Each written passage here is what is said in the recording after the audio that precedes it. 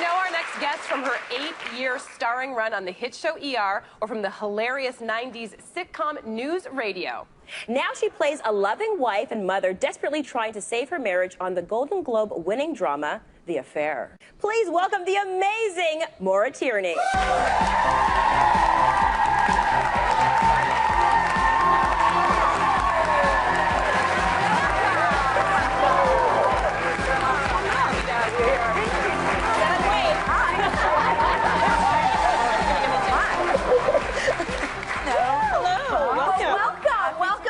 To the big show, as we say here. First of all, we say congratulations to start, because as we said right off the top, your show's only been on for 1 season. It's already garnered 2 Golden Globe wins. Yeah, I know. What?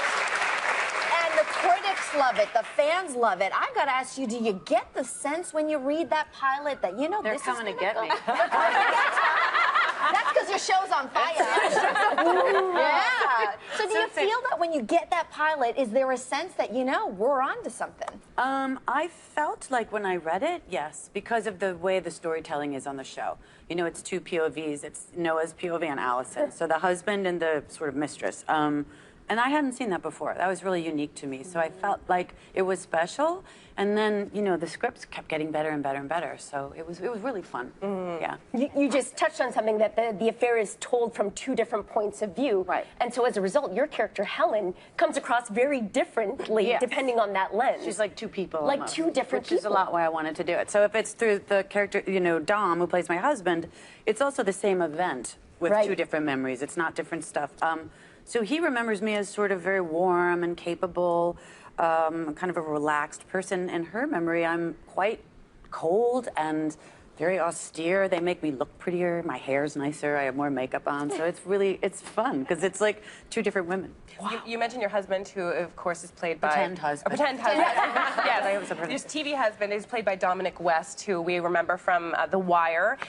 You play high school sweethearts who have been together for 20 years, have a big family. You have incredible chemistry on the show. So did that happen right away, or did you have to sort of work on that? Well, as I said earlier today, it probably happened when he called me Laura at the table read, which was funny. He said, "Hi, Laura, nice to meet you," which he says he didn't say, but he did. But you know, he's a super charming, really funny guy and very relaxed. So he makes that part easy. You know, he's really fun to be with. But to jump into, it's a very physical show. Yeah. It's a very naked show. Yeah. So does that just come easy? Right? I could take my clothes off right now. No, it's not that easy, but again, I mean, it's a lot because of Dom. I mean, Ruth has to do a lot more of that than I do because they're having the affair. But there is, well, it's about an affair, so there's a lot of sex on the show. But the sex tries to be sort of about the storytelling, and he has a great sense of humor, so it helps. Even though it's really awkward, he's funny, and he was on The Wire, so he did that before. Like on network TV, you make out and they cut. There's no pretending to have sex on, you know, network TV. So he had done it before, so. It's helpful. Yeah. For a show that takes on such a provocative topic, I'm curious to know what the fan reaction is like, because sometimes it's hard to differentiate between you, Maura, and your character. So what has been the feedback, and whose side are they on?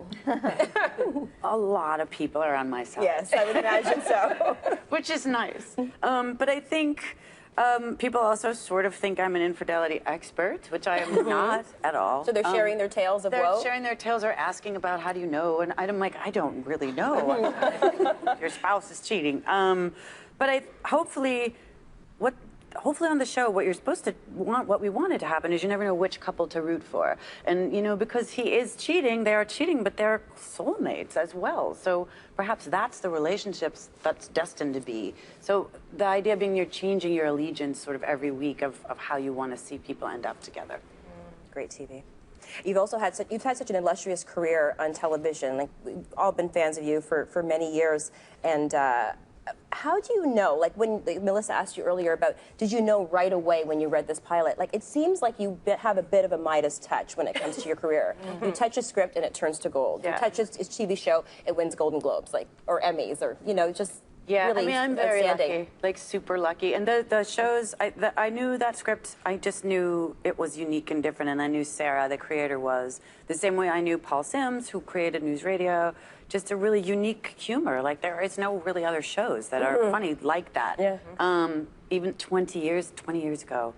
News. I can't believe 20 years ago, but when you say that, it's like, I can't either. Someone told me, I was like, holy cow. Anyway, that happened. But 20 years happened. But he was a really talented, great writer, and then John Wells was. So I think it's the writers. I've been really lucky to work with great writers that write great roles for me, so I get to do great stuff. So that's the really lucky part, I think. I need to get back to News Radio because it was one of my all-time favorite shows, and it is celebrating its 20th anniversary. Is there a particular memory, something that stands out for you?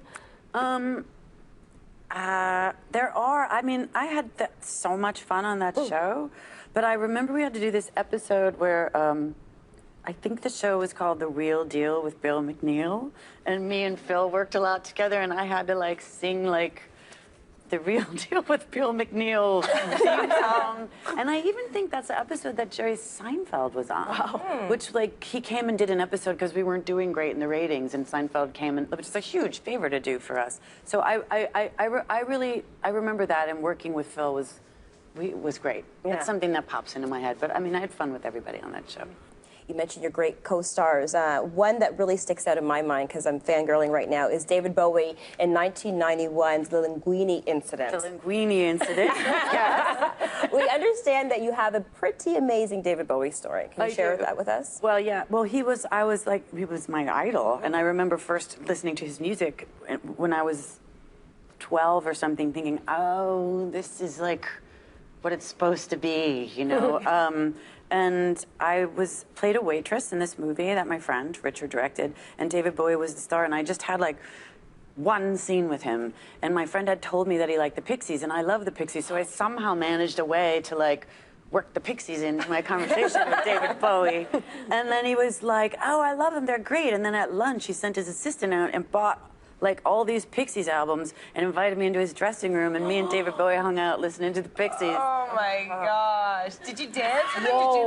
Did you ask? We just did a dance. Oh, that's Cynthia's dance.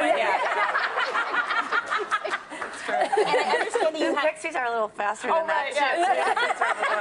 you spent some time with David's wife, Iman. She was there. I didn't spend time. I think there was like one dinner one evening, but didn't spend time. But that's like right when he met her at that time. Wow. So it was amazing.